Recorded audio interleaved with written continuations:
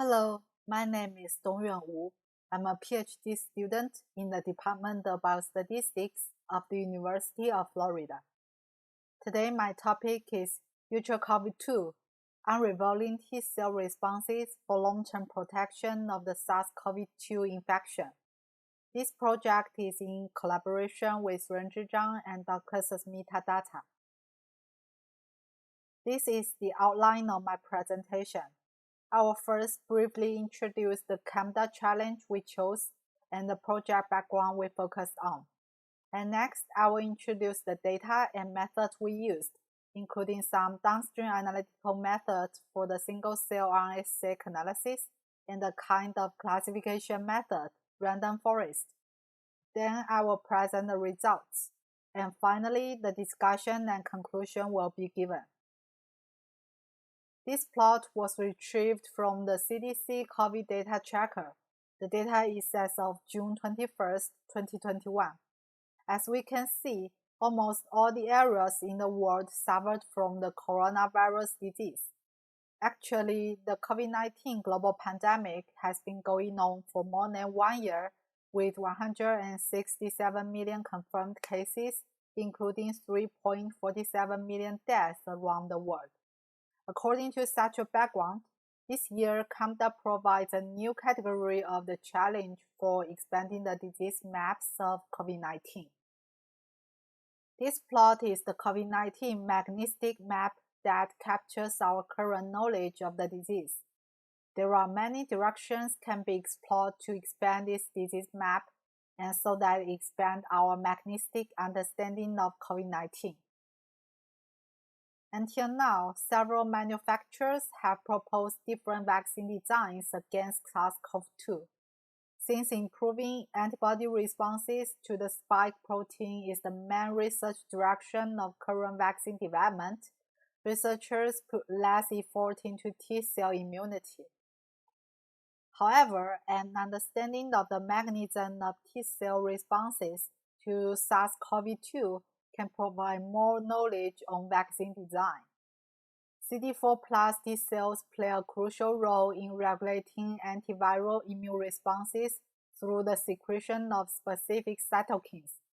In this study, we analyzed the single-cell RNA-seq data to enhance insight of gene expression associated with CD4 plus T cells and provide some potential biomarkers of SARS-CoV-2. Here is the pipeline of our analysis. The primary dataset we used is the CD4 plus T cell data, which is a kind of single-cell RNA-seq dataset. We did some pre-processing, such as filtering and normalization, and then did the downstream analysis, including differential expression analysis and the network analysis. On the other hand, we also applied random forest on this dataset to classify cells into the COVID-19 group or the healthy group, and then get some important information for each gene. And then we did the functional annotation for those important genes picked up by the random forest and gene co-expression networks separately. In addition, we also used another bulk RNA-seq dataset to enrich our conclusion. In the following slides, I will introduce these steps in detail. The primary dataset we used is the single-cell RNA-seq data of CD4 plus T cells from blood samples. It contains 104,417 cells, including about 100,000 cells from 14 COVID-19 patients, and about 4,000 cells from 6 healthy donors. We can easily find that these two groups are extremely unbalanced, and I will present the solution in the following slide. Also, this dataset is quite sparse, so we filtered out genes not expressed in at least 1% of the total cells, leaving a total of 8959 genes in the analysis. We used R package Seurat version 3 to normalize and scale the expression row counts. Furthermore, in order to enrich the discoveries from CD4 plus T cells, we used another bulk RNA-seq dataset of the whole blood sample, which contains the information of time from COVID-19 symptom onset for tracing the changes of gene expressions longitudinally. So in the differential expression analysis, we first need to deal with the unbalanced issue I mentioned before. Due to the extremely unbalanced distribution of the single-cell data, we randomly selected 4,000 cells from COVID-19 patients 100 times, and then combined them with cells from healthy donors respectively. In this way, we got 100 balanced datasets. For each balanced dataset, we implemented the differential expression analysis between COVID-19 patients and healthy donors using MAST, which is a hurdle model combined with the logistic regression and the Gaussian distribution together. We declared a gene differentially expressed if it was selected as the gene in all the 100 datasets with the absolute value of log2 change larger than 0.25 and the FDR adjusted p-value less than 0.05. Next, we applied Pidc algorithm to study the gene-gene associations among the genes, and then built gene co-expression networks based on partial information decomposition for healthy donors and COVID-19 patients separately. In order to detect the modules for each network, we first divided the edge weights by 2 to let them range in 0 to 1, and then set the minimum module size as 3 and the minimum accepted edge weight as 0.99. We also define the connectivity of a gene by the number of genes it is connected to. In each module, we counted the connectivity for each gene. In addition, we also use this kind of criteria to identify the hub genes in a specific module. Moreover, we used permutation tests to evaluate the differential connectivity of a single gene between two networks. Genes with p-values less than 0.05 were treated as differentially connected genes between two networks. As for the random forest, the pre-processing step is the same as differential expression analysis. We built random forests to do the classification of the COVID-19 group and the healthy group on the 100 balanced dataset, which contain all the genes after filtering, and then got the corresponding Gini importance scores for genes in each dataset. Finally, we calculated the average of the 100 importance scores to get the final importance scores for each gene. After differential expression analysis, we detected 301 D genes between healthy donors and COVID-19 patients. Based on these D genes, we built a network for each group. This figure shows the networks for healthy donors and COVID-19 patients separately. Node size represent the average expression level of a gene, and edge weights represent the strength of connectivity between a pair of genes in the network. Red nodes are hub genes in the corresponding modules, and squared nodes indicate genes with significant differential connectivity between the healthy network and the COVID-19 network. For the healthy network, we can find there are 4 modules be detected. And module 1 contains 39 genes, module 2 contains 29 genes, module 3 contains 10 genes, and module 4 only contains 3 genes. And for the COVID-19 network, only 2 modules are detected. The first module contains 46 genes, and the second module contains only 3 genes. As we can see, genes in module 1 of the COVID-19 network are almost the same as the module 1 and module 2 in the healthy network. It is worth noting that CCL4 in healthy network and in the COVID-19 network are the hub genes. However, its connectivities are significantly different between the two networks. In addition, there are many genes associated with GBV4 and GBV5 in Module 3 of the healthy network.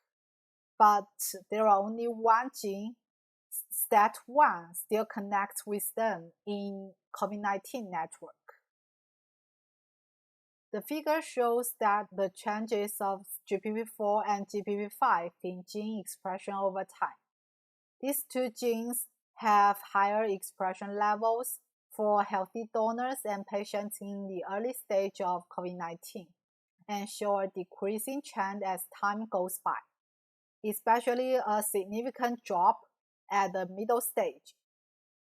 These two genes are also DE genes across different time groups for COVID-19 patients in the bulk RNA-seq dataset.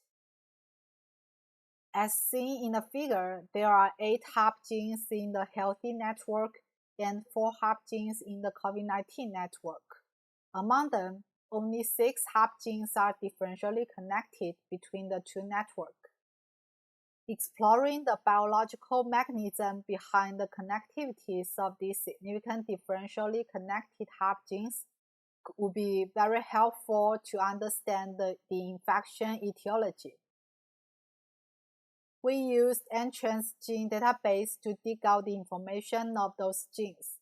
All the significant differentially connected hub genes are involved in the inflammatory and immunoregulatory processes. Specifically, CCL4L2, CCL3, and IL2 are related to cytokines. CCL4 and XCL1 are related to chemokine. On the other hand, the protein encoded by GBV5 is a unique activator of NLRP3 inflammasome assembly. Moreover, CCL3 and IL2 have been reviewed for their involvement in coronavirus biology. We also performed functional annotation with Homo sapiens background using R package cluster profile. And annotation with an FDR-corrected p-value less than 0.05 was viewed as a significant annotation. The enrichment analysis have been divided into 2 parts. In the first part, we did enrichment analysis for genes according to modules in networks. And in the second part, we did enrichment analysis for these 51 genes not in the network, but very important according to the random forest. This figure is for the first part. It contains dot plots of the top 5 significant terms from Go biological process and CAC pathway for different modules in 2 networks. Gene ratio is the ratio of the number of genes related to the specific term and the total number of genes in this module. As we can see, Module 1 and 3 of the healthy network are most related to T-cell activity and immune response, respectively, while Module 2 of the healthy network shows a crucial cluster for viral transcription. On the other hand, Module 1 and 3 of the healthy network are included in the cytokine-cytokine receptor interaction and node-like receptor signaling pathway, respectively. Module 2 of healthy network is highly related to the COVID-19 pathway. As for Module 1 of the COVID-19 network, it seems to be a combination of Modules 1 and 2 of the healthy network. This figure is for the second part of enrichment analysis, which is according to results from the random forest. As we can see, those genes not in the network but very important based on the random forest are most related to myeloid cell differentiation, and they are also related to the viral transcription activity.